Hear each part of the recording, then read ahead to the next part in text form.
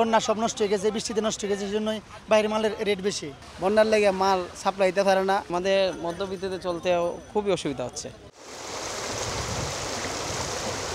একদিকে বন্যার দুর্ভোগ, অন্যদিকে কাঁচা বাজারে বাড়তি পণ্যের দাম। দুর্যোগের এ সময়ে যেন সবকিছুতেই নাকাল সিলেট শহরের বাসিন্দারা।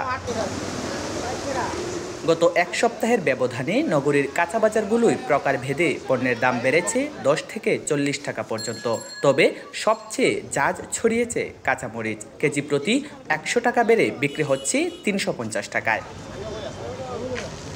বৃহস্পতিবার খুচরা বাজার ঘুরে দেখা যায় টমেটোর দাম বেড়েছে কেজি প্রতি 30 টাকা, করলার 40, ঢেঁড়স 15 আর 40 টাকা পর্যন্ত বেড়েছে বেগুনের দাম।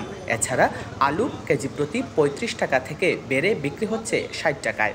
আড়তে সরবরাহ সংকটকে দামের এমন ঊর্ধ্বগতির জন্য দায়ী করছেন বিক্রেতারা। নগদের কাছে সব গ্রাহকই প্রিয়, তাই তো সারা দেশে ক্যাশ আউট চার্জ সবচেয়ে কম। সিলেটি মাল ছিল, মাল নাই, বন্যা সব নষ্ট হয়ে গেছে, বৃষ্টিতে নষ্ট হয়ে গেছে, সেজন্যই বাইরের মালের রেট বেশি। বন্যার লেগে মাল সাপ্লাই দিতে পারে না, নিচে কোনো সবজি মার্কেটও নাই, সব কিছুর দাম মানে আমাদের মধ্যবিত্ততে চলতেও খুবই অসুবিধা হচ্ছে। বাজারে শাকসবজি তুলনামূলকভাবেই কম, যার দরুন এটার দাম একটু বৃদ্ধি পেয়েছে এবং এইটা আমার মনে হয় এটা আরও কিছুদিন হ্রাস থাকবে। সিলেটের নিম্নাঞ্চল প্লাবিত হওয়ায় শাকসবজি আনা হচ্ছে আশপাশের বিভিন্ন জেলা থেকে। একে তো বন্যা, অন্যদিকে বেড়েছে শাকসবজির দাম। এ নিয়ে দুর্বিষহ হয়ে পড়েছে সিলেটবাসী। জয়ন্ত কুমার দাস, সময় সংবাদ, সিলেট।